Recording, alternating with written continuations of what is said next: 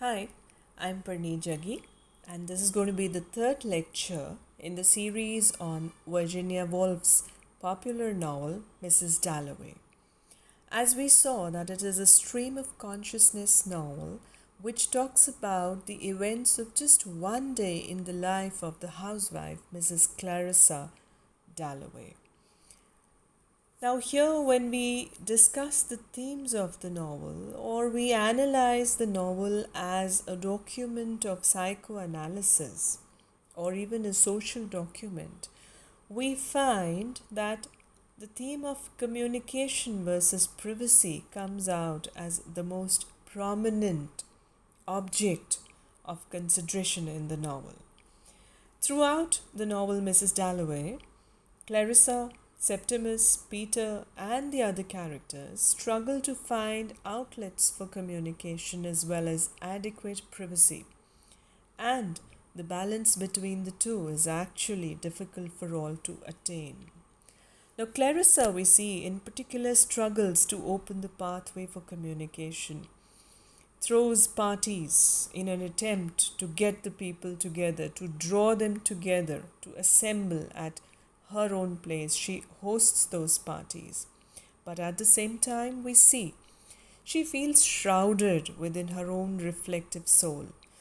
And at times, she thinks the ultimate human mystery is how she can exist in one room, while the old woman in the house across from hers exists in another. So, even as Clarissa celebrates the old woman's independence, she knows that the independence comes with an inevitable loneliness. Then we have the next character who is important, Peter Walsh. He also tries to explain the contradictory human impulses towards privacy and communication by comparing soul to a fish which swims along in murky waters and then rises quickly to the surface to frolic on the waves. So we see the war has changed people's ideas of what English society should be. And understanding is actually difficult between those who support traditional English society and those who hope for a change. So we see meaningful connections in this post-war world are not easy to make, no matter what efforts the characters are putting forth. And then ultimately we see that Clarissa looks at Septimus's death as a desperate but a legitimate act of communication. Then we also find a very prominent theme of the disillusionment of these characters with the British Empire. Now, in 1923, when Mrs. Dalloway takes place, the old establishment and its oppressive values are nearing their end. English citizens, including Clarissa, Peter, and Septimus, feel the failure of an empire as strongly as they feel their own personal failures. So we see it's a common conclusion, it's a common concept, and history shows it very clearly that throughout the 19th century, the British Empire seemed invincible, as if we could not win. Nobody could actually conquer the empire. And it expanded into many countries like India, South Africa, and became the largest empire the world had ever seen. But World War I was a violent reality check in that. So, through this novel, we come to know that those citizens who still champion English traditions, such as Aunt Helena, Lady Bruton, are old now. They have their own, they are like turning into artifacts.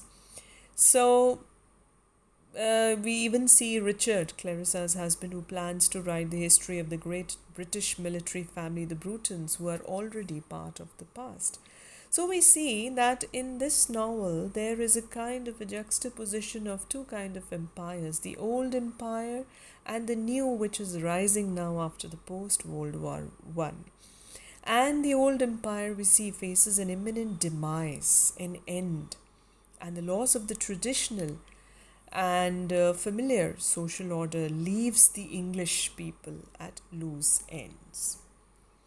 Then, of course, we have a universal theme also covering the entire surface and domain of the novel, and that is fear of death.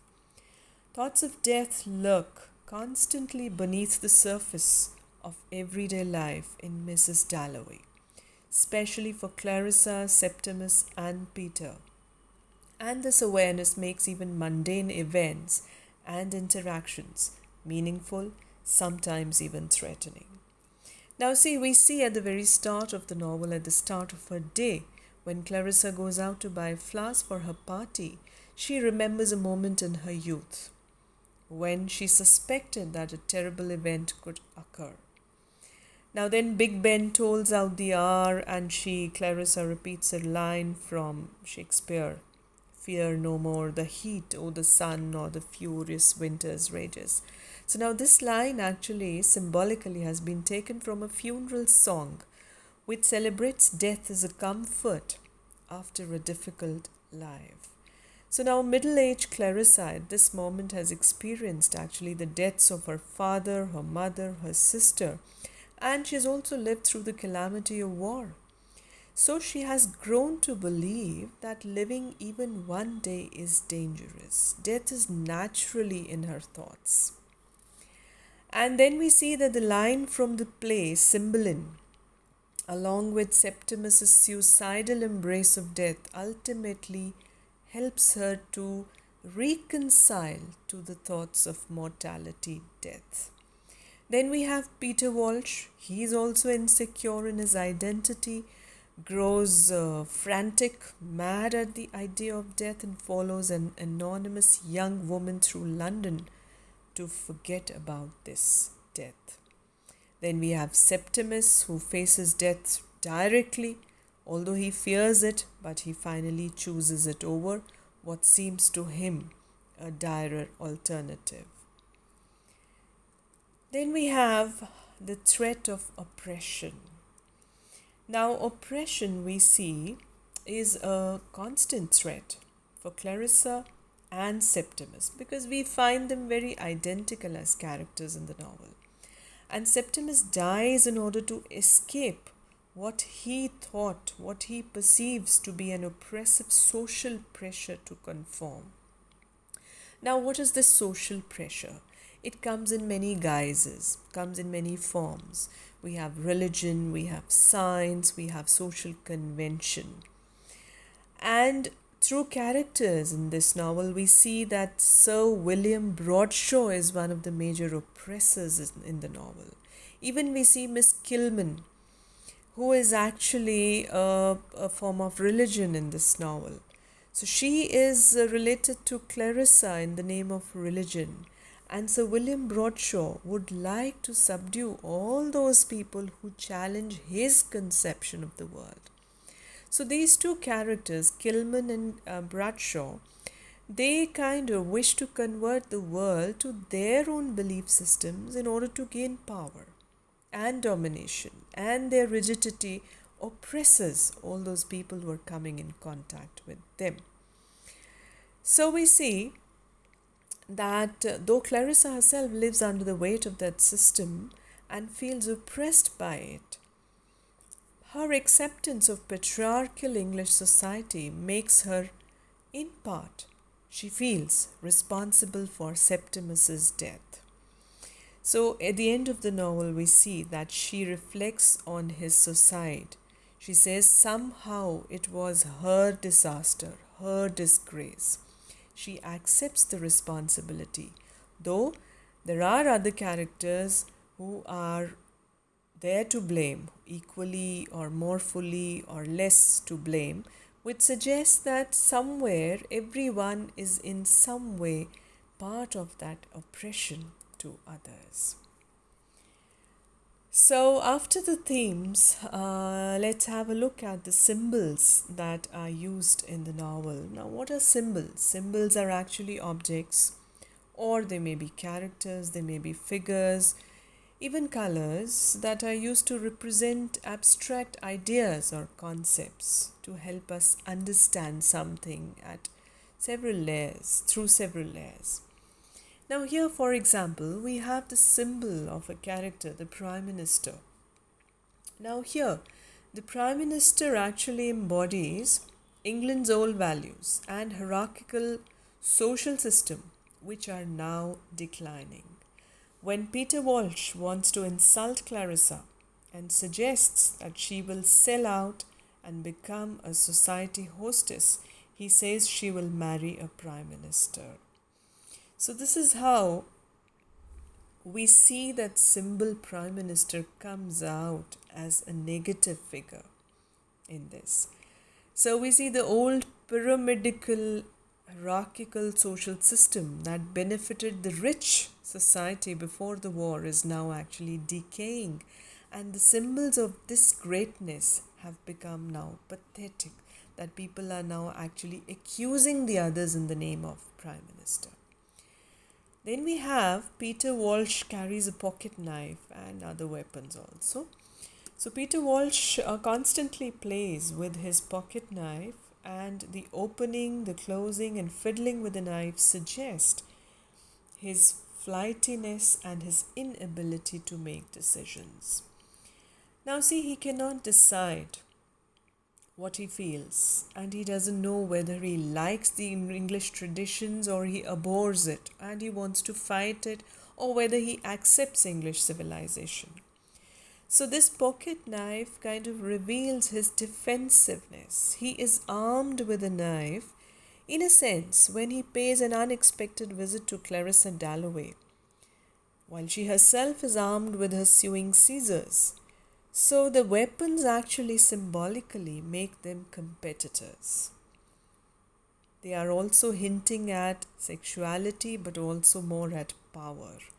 Peter actually cannot define his own identity and is constantly fidgeting with the knife, which suggests how uncomfortable he is with his own identity and his masculinity. Then we see an old woman in the window. Now, this old woman in the window across from Clarissa's house represents the privacy of the soul and the loneliness that goes with it, both of which will increase as Clarissa grows older. Clarissa sees the future in this old woman because she feels, when she looks at the opposite house and she looks at this old woman through the window, she feels she herself will grow old and become more and more lonely, alone, because this is the nature of life. So she reflects more but communicates less. As she is growing in age, she keeps her feelings locked inside the privacy of her own mind and soul. Just as that old woman moves along and rattles alone in the rooms of her house. But then on the contrary, we also see that privacy and solitude also gets serenity and purity of the soul.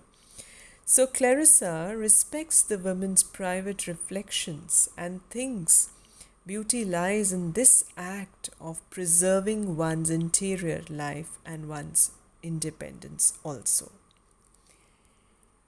Then we have this old woman singing an ancient song.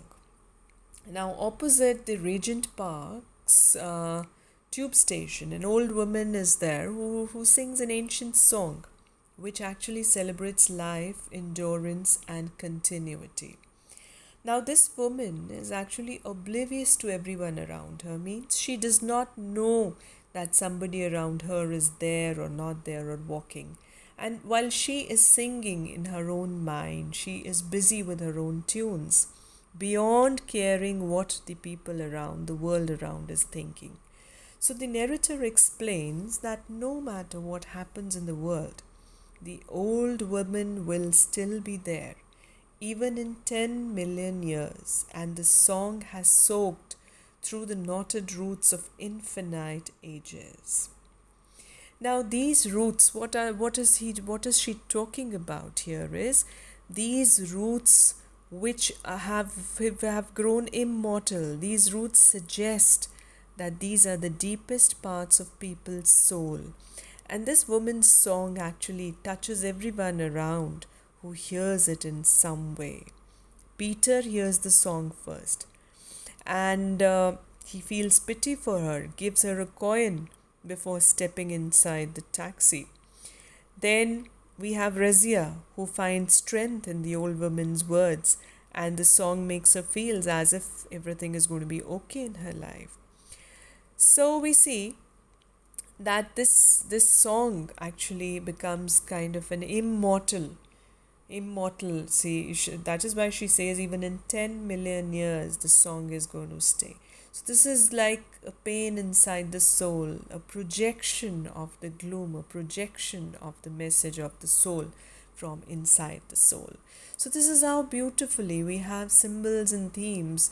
um, they may be called evocative also, but they are somewhere embedded and entwined in the plot of the novel, and it has been beautifully and deftly delved by the author Virginia Woolf.